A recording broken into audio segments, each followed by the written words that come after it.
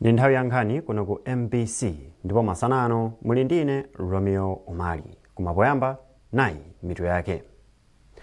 Wachiwiri kwa mtsogoleri wa dziko lino Dr. Michael Ussi watsimikiza kuti Amalawi apitiriza kupindula ndi ngongole za thumba la NIF.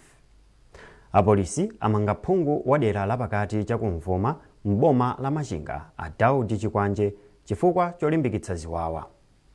Kampani ya Nokma yati ikukambirana ndi kampani yochokera ku United Arab Emirates UAE zogula mafuta mu ndalama ya kwacha.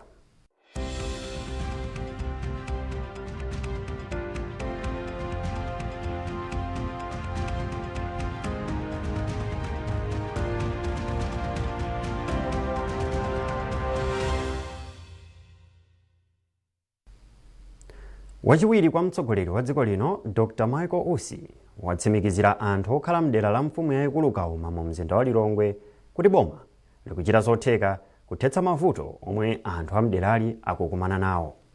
Dr. Ussi omwenso ni mtsogoleri wa chipani cha UTM alankhula izi pa msonkhano omwe anachititsa ku Lilongwe la Mulungu. Mwazina Dr. Ussi anati aonetsetsa kuti anthu apindule nawo ndi ngongole zochokera ku bungwe la NIF. Olive Perry wadzani nkhani yonse. Asanalankhule kwa anthu omwe anasonkhana pa bwalo la zamasewero la Kauma, wachiwiri kwa mtsogoleri wa dziko lino yemwenso ndi mtsogoleri wa chipani cha UTM Dr. Michael Ussi anayamba wayendera msika wa Kauma.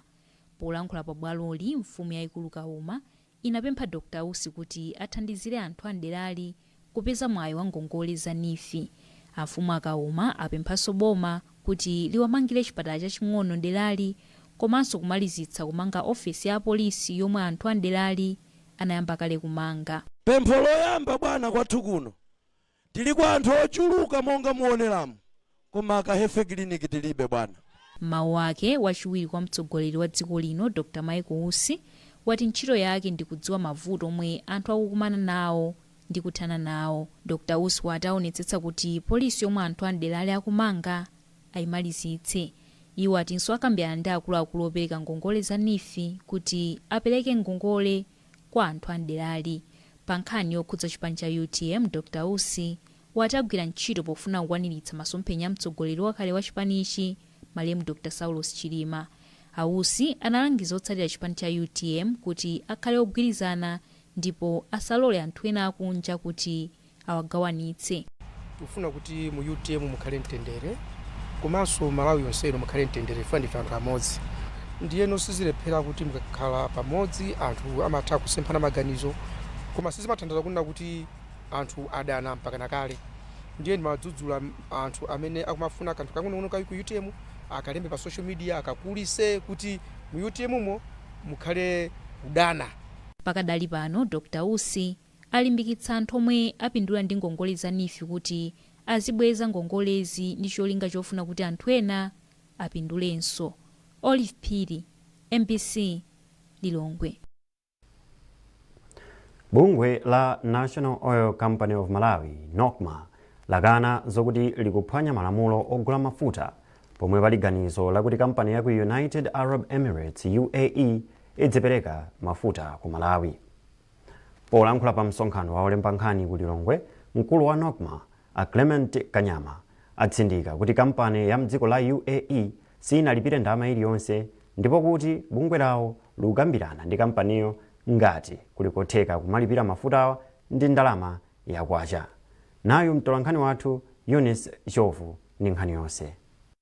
Polankhula kwa atolankhani ku Lilongwe, mkulu wa bungwe la Nokma a Clement Kanyama anati pangwirizano omwe amakambirana ndi dziko la United Arab Emirates palibe ndondomeko iliyonse yomwe anasayinirana kambako kuti nthambi ya boma yomwe imayang'anira zogula ndi kugulitsa katundu inalangiza kuti akonze zina ndi zina.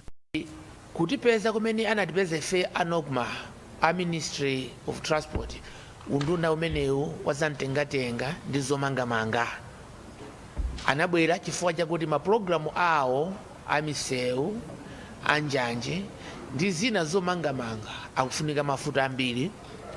Pa nthawi imene ifeyo a Nokma tilibe ndalama za dola kuti tithe kulipira mafuta amenewa. Ndiye iwowo atakambirana ndi kampani imene akuti Jet Global anapeza kuti angathe kubweretsa mafuta awa ochokera kwa anthu amene amawedza mafuta awa amene amapanga mafuta awa pa chizungu amati refinery, kutanthauza kuti mafuta amenewa amene kuti abwere pa mtengo ochipa. Iwo wa Ministry of Transport ndi udindo wawo, ndipo ife anatifotokozera Nokma kuti atsatira ndondomeko zimene zikufunika kutsatiridwa zimene kuli kupeza chilolezo. Ndipo pa nkhani yomwe bungwe la Nokma amakambirana ndi unduna wa zamtengatenga ndi ntchito, mkulu wa bungwe la Nokmayu anafotokoza kuti malingana ndi ntchito zikuluzikulu zomangamanga zomwe zikuchitika mdziko muno zofunika mafuta, unduna wa zamtengatengawu unapeza mgwirizano ndi kampani ina ya ku United Arab Emirates, koma bungwe loyang'anira za mafuta mdziko muno la MERA inawalangiza kuti undunawu ukuyenera kupeza kachiphaso kuti udzitha kuyitanitsa mafuta pawokha.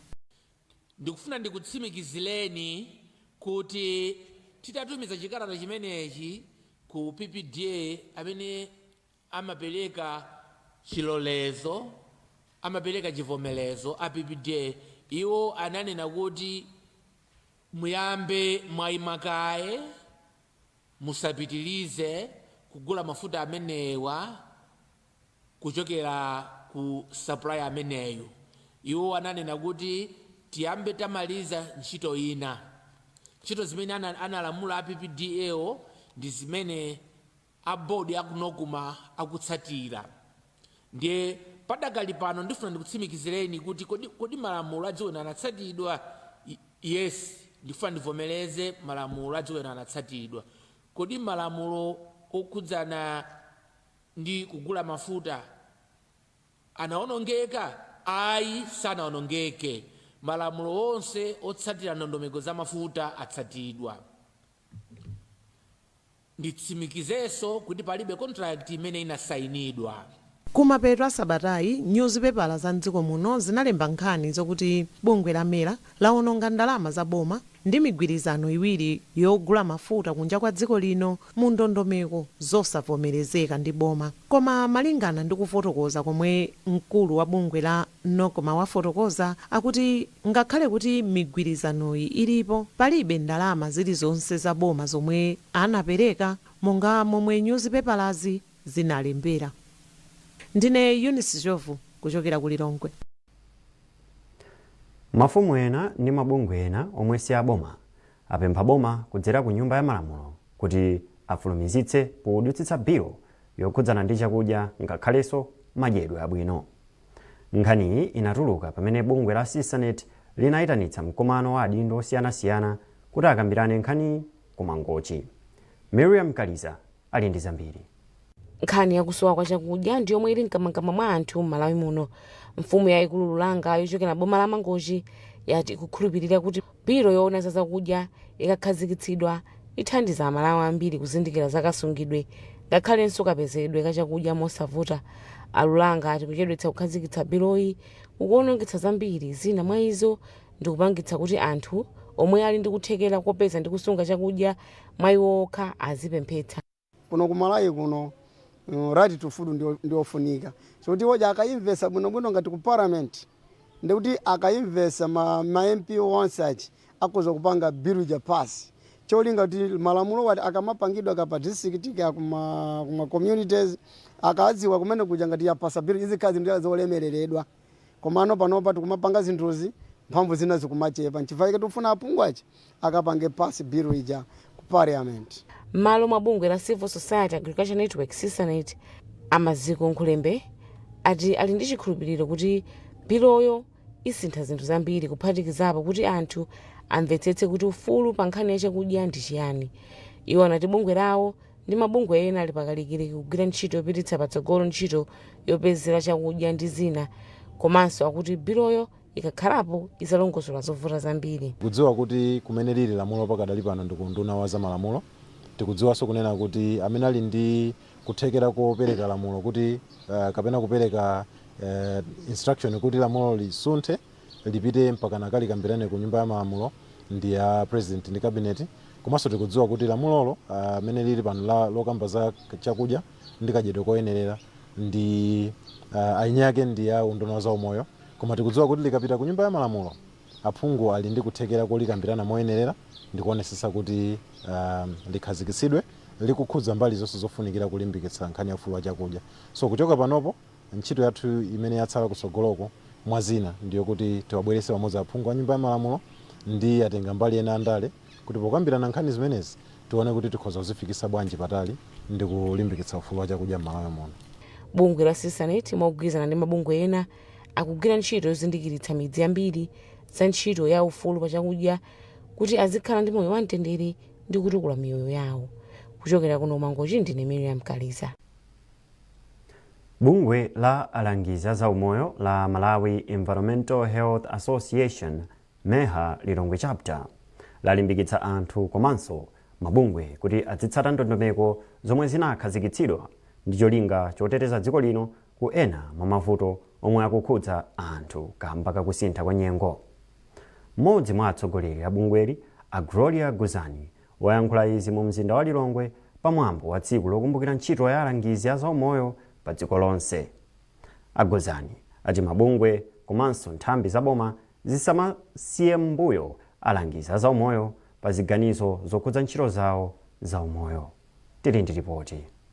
Pa 26 Septemba chaka ndi chaka alangizi a zaumoyo pa dziko lonse amakondwerera komanso kutsindika kufunika kwa ntchito yawo polimbikitsa ukhondo komanso kusamalira zachilengedwe. Ichi nchifukwa chake bungwe la Malawi Environmental Health Association mogwirizana ndi omwe akuchita maphunziro a zaumoyo ku Malawi College of Health Sciences anakonza ulendo wa ndawala ngati njira imodzi yokondwerera tsikuli. Yemwe akutsogolera bungweli ku Lilongwe a Gloria Guzani wati atsogoleri komanso mabungwe akuyenera kukhala patsogolo kutsatira mfundo komanso ndondomeko zolimbikitsa ukhondo ndi kuteteza chilengedwe m'dziko muno. Iwo ati amakondwerera tsikuli ndi cholinga chofuna kulimbikitsa anthu za udindo wawo wosamalira madera omwe akukhala, ukhondo wa pakhomo pawo komanso kubwezeretsa chilengedwe mwazina.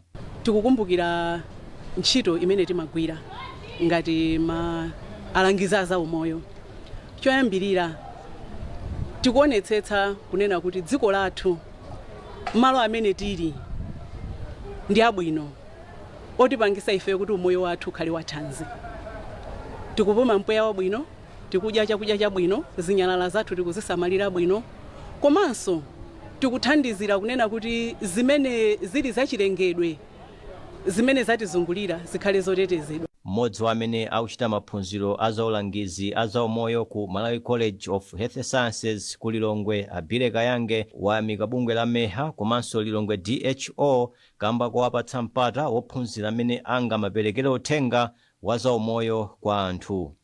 Lilongwe DHO sinatisiye koma activities ambiri amene mapanga, and one of my activities ndi imene ya World Environmental Health Day imene ngati feyo ma student a environmental health tumene ngati pange participate because currently I'm studying diploma in environmental health sciences. Ndiye anachitengabe chinthu cha mtengo wapatali kuti ngati feyo anawo tikhalebe exposed ku zinthu zoti zingathe kutithandizira tikamakayamba ntchito tikapita kuwodi. Mutu wa tsiku lokondwerera ntchito za alangizi a zaumoyo wa chaka chino ndi kukhazikitsa madera omwe angathane ndi mavuto akusintha kwa nyengo pokhazikitsa njira zodalirika zoteteza miyoyo ya anthu. Yamikanisi Mtowe, MBC Lilongwe. Nkhanizi zikuchokera kuno ku MBC. Tiantoneso mitu yake. Wachiwiri wa mtsogoleri wa dziko lino Dr. Michael Usi watsimikiza kuti Malawi apitiriza kupindula ndi ngongole za thumba la Nimfi. Apolisi amanga phungu wa dera lapakati chakumvuma boma la Machinga a Daudi Chikwanje chifukwa cholimbikitsa ziwawa. Kampani ya Nokma yati ikukambirana ndi kampani yochokera ku United Arab Emirates UAE zogula mafuta mu ndalama ya kwacha.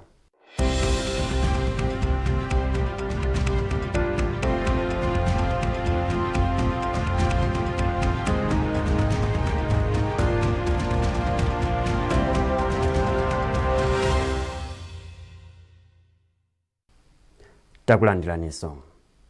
Bungwe la Catholic Relief Services lathandiza kampani zing'ono-zing'ono ndi makina komanso zipangizo zopangira katundu zomwe zithandizire kupereka mwayi wa ntchito komanso misika kwa alimi. Kampanizi zili pa mndandanda wa kampani zomwe zikupanga zakudya za nsomba, mafuta ophikira ndi kupanga katundu osiyanasiyana. Mmodzi mwa akuluakulu ku Catholic Relief Services, a Crispin Magombo, wati ndondomeko yotukula makampani ang'onoang'ono ndi gawo limodzi la masomphenya owonetsetsa kuti anthu mdziko muno sakuvutika ndi vuto la njala. Zambiri mu ripoti la Trust Office. Kampani zing'ono-zing'ono zomwe zapindula ndi ntchitoyi zakhala zikulandira maphunziro komanso thandizo la chuma kwa chaka chimodzi ndi cholinga cholimbikitsa kampanizi kuti zizipanga katundu ochuluka yemwe atha kufikira misika ya mdziko muno komanso yakunja. Imodzi mwa kampani zomwe zapindula ndi Ataonga Cooking Oil, ndipo mkulu wa kampani a Timothy Munthali watsindika kuti thandizoli likuza ntchito za kampaniyi ndipo izipanga mafuta kwa chaka chonse. Kuzera mu bungwe la CRS takwanisa kumanga warehouse yayikulu yoti tikhoza kukwanisa kunyamula timawerengera ndi zana ali kuti tikhoza kunyamula matumba mwina okwana 700 to 1100 paka nthawi imodzi. Komanso maliters timawerenga kuti tikhoza kusunga mwina about 1500 liters zimene zitipangisa zoti makastoma athu nthawi zonse mafuta zikhala nawo chaka chonse. Mkulu woona za business zing'ono-zing'ono mu unduna wa zamalonda Limbikani Kachiwaya wayamikira bungwe la Catholic Relief Services pothandizira kuti anthu ochita malonda apite patsogolo. Zitithandizanso kwambiri kuti ifeyo ngati kunduna ndi zimene tikukonza kuti katundu athu amene tupanga pano payi ayambe kupezekanso masitolo akuluakulu. Mukudziwa masitolo athu nthawi zambiri makonda kupezeka katundu obwera wakunja, koma izizi ndizothandiza kwambiri kuti tsopano ifeyonso katundu athu ayambe kupezeka wambiri masitolo amene aja, komanso katundu opanga azathu apiza ng'ono ngati mene ationetsera muja tiyambenso wina kumutumiza kumwe wakunja. Ndipo mmodzi mwa akuluakulu ku Catholic Relief Services, Crispin Magombo, wati bungwe lawo lipitirira kuthandiza ochita malonda kuti apite patsogolo. Bungwe la Catholic Relief Services likugwira ntchito zosiyanasiyana mdziko muno zomwe cholinga chake nkuteteza chilengedwe, kuthetsa umphawi.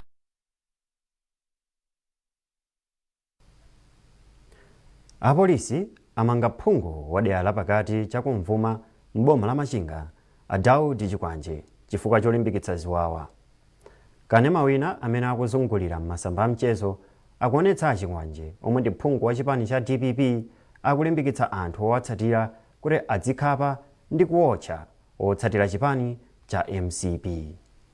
Mneneri wa polisi wa dziko lino Peter Kalaya auza MBC kuti zomwe achita Chikwanje ndi kuphwanya malamulo a dziko lino.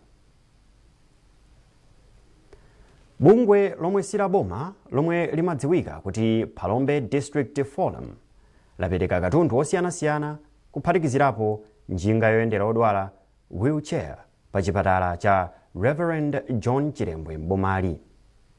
Poyankhula atapereka katunduyo, mkulu wa bungweli a Wilfred Makupe anati anaganiza zopereka katunduyo ngati njira imodzi yothandiza anthu omwe akulandira thandizo pa chipatalachi komanso kusonyeza chikondi chawo kwa anthu adera lomwe anthu abungweli anabadwira komanso kukulira.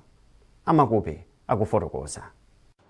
Kuno tinabwera kuthangatira pa Palombe pano pa Reverend John Chirembwe Hospital kuti tithangatire abale athu amene ali aku Palombe konkuno. Komanso tikudziwa sokha ku Palombe kuno ayi. Ena amachokera maboma ozungulira boma la Palombe, komanso monga mudziwa tili pafupi ndi dziko la ku Mozambique. It's about 20 kilometers kuchokera panopa. Amene onso alipo pano. Ndiye tinasonkha ngati gulu la Palombe District Forum zinthu zoti tapase ngati mchere, sugar, sopo, komanso ufa, mpunga, ndi soya pieces. Komanso kuonjezerapo tabweresanso njinga ya nyowani yoyenda kuti wheelchair imene yathangatire pano pa chipatala cha Reverend John Chirembwe. Katundu amene ndi pafupi 1.6 million imene tasonkha ife ngati ma members komanso ana amu kuno ku Palombe. tili okondwa kuti talandira alendo amenewa Palombe District Forum amene atibweretsera njinga yoyendesera patient komanso zinthu zina zothandizira mapatient pa umoyo wawo monga ngati ufa ndi zakudya zina. Ifeyo ndokondwa kwambiri pa chithandizo chimenechi ndipo chabwera mu nthawi yake chifukwa choti tili ndi njinga inde zina koma zambiri zinawonongeka. Njinga imeneyi itithandiza pamene tikuperekeza mapatient athu kuti akalandire zithandizo zina mwanga mwachisanzo ku labu komwe amakayezesa magazi komanso ku x-ray komwe amakajambulisa komanso ngakhale ma department ena ngati ku physiotherapy komwe amatha kukapanga za mafizo. Kampani ya African Herbal Mixture yapereka ndalama zokwana 1.5 miliyoni kwacha zimene zithandizire mpikisano onyamula zitsulo ndi kukunga minyewa ofuna kupeza chiphona cha mu mzinda wa Zomba chotchedwa Mr. Zomba. Mpikisanowo uchitika pa 15 mwezi wa Mawa. Mkulu wa kampani ya Africa Herbal Mixture Joel Chirambo ati ali ndi chidwi chofuna kutukula masewerowa komanso kuonetsetsa kuti achinyamata azikhala ndi matupi athanzi. Chidwi chathu chagona ponena kuti achinyamata akhale ndi moyo wathanzi komanso moyo wamphamvu monga mukudziwa African Herbal Mixture imawunikira Malawi kuti akhale ndi moyo wathanzi komanso moyo wamphamvu ndi cholinga choti chitukuko cha dziko chipite patsogolo. Monga mukudziwa kuti African Herbal Mixture imathandiza under 14, 16 komanso 19 kumbali ya mpira wa miyendo komanso lero ndizimukumva kuti tili limodzi ndi Mr. Zomba bodybuilding. Cholinga chathu ndi chonena kuti titukule dzikoli kuti lipite patsogolo makamaka kumbali ya achinyamata. Imenezo tanthauza kuti masewera athu akupita patsogolo. Ifeyo ndi osangala kwambiri ndithu ndi osangala kochuluka chifukwa choti sitimayembekezera kuti zingatero. Monga mukudziwira Mr. Zomba timene upanga pa July 6 koma tinasintha chifukwa cha sponsorship kuvuta. So far tapezapo masponsor ano titaonena kuti awiri ndi awawa atithandiza ndalama yochuluka. Tikuthokoza ifa show yathu inochitika muno bwino pa 15 October 2024. Apa ndi pamapeto pa nkhanizi. Mukhoza kupeza zina zambiri popita pa mbc.mw kapena MBC Digital pa Facebook, Instagram komanso X. Munali ndine Romeo Mali. Tikufunirani tsiku lopambana.